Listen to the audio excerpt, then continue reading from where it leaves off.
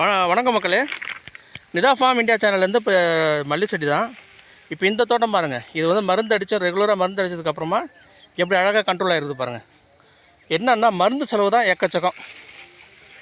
ஏன்னா இந்த நோய் தாக்கத்தில் மழை பெஞ்சிக்கிட்டே இருக்குதுங்களா, அதனால் மருந்து செலவு தான் ஏகப்பட்ட செலவு. இங்கே பாருங்கள், அப்படியே இந்த மாதம் மட்டும், அந்த ஆடி மாதம் எனக்கு மட்டும் இந்த பிரச்சனை இல்லாமல் இருந்ததுன்னு வச்சுங்க, சிவப்பரம்பெல்லாம் எப்படியா இருந்தாலும் ஒரு 2000 கிலோ எடுத்துருக்கலாம் அந்த மாதம். என்ன பண்ணுறது, நம்ம நேரம் இந்த மாதிரி இருக்குது. அருமையாகுது. இங்கே பாருங்கள், எல்லாம் இந்த மல்லி அரும்பெல்லாம் கட்டி நல்லா இருக்குது. பார்த்திங்கன்னா பூ தான் கொஞ்சம் கெட்டு போயிடுச்சு. இதுதான் கொஞ்சம் ஒரு பெரிய ஒரு மனசு கஷ்டமாகி போச்சு. செலவு தாங்க, மருந்து செலவு அடிச்சோம்னா அது கண்ட்ரோல் வருது. மழை பெய்யறதுனால பார்த்திங்கன்னா நம்ம வந்து ஒரு 2 மருந்து 3 மருந்து ஒரு வாரத்துக்கு ஆகிடுது.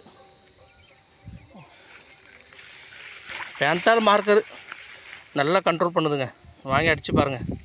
ஆனால் என்னென்னா தொடர்ந்து மருந்து அடிக்கிற மாதிரி இருக்குது. விலைவாசி அந்தளவு ஏறி போய் நிற்குது.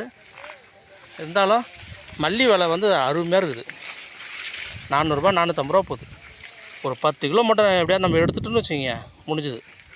4000 3000 அப்படிங்கிறது வந்து சாதாரணமாக நமக்கு கிடைக்கக்கூடிய ஒரு தொகை தான். இப்போ இந்த செடி பாருங்கள், அரும்பு இருக்குது, பக்கத்தில் சிவப்பு அரும்பு இருக்குது பாருங்கள்.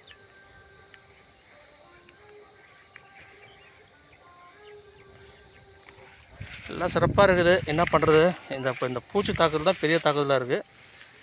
இந்த மழை பெய்யறதுனால தான் இப்போ இவ்வளோ கஷ்டம் நமக்கு. ஏன்னா மருந்து அடித்து உடனே மழை பெஞ்சிருதுங்களா, அந்த தாக்கம் வந்து பூச்சிக்கு வந்து உரைக்க மாட்டேங்குதுங்க. அதை மட்டும் நம்ம சரி பண்ணிட்டோம்னா அது ஒரு பெரிய ஒரு வரப்பிரசாதம் மாதிரி தான் எனக்கு தோணுது.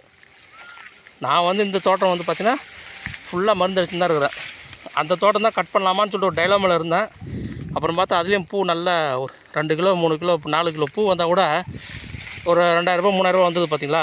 அந்த மாதிரி மனசில் வந்தோடனே நிப்பாட்டுறது. அப்படி டக்குன்னு என்ன பண்ணுதுன்னா பூ டப்புன்னு ஏறி போகுது மறுபடியும். அந்த மாதிரி பூ வந்து ஏறுது இறங்குது பார்த்திங்களா. அதனால் வந்து நம்மளால் செடியை கட் பண்ணுறது கூட முடிய மாட்டேங்குது, மனசும் வர மாட்டேங்குது. இப்போ பாருங்களேன், ஒரே ஒரு குழி தான் இது, ஒரே ஒரு செடி தான் இது. இங்கே பாருங்கள்.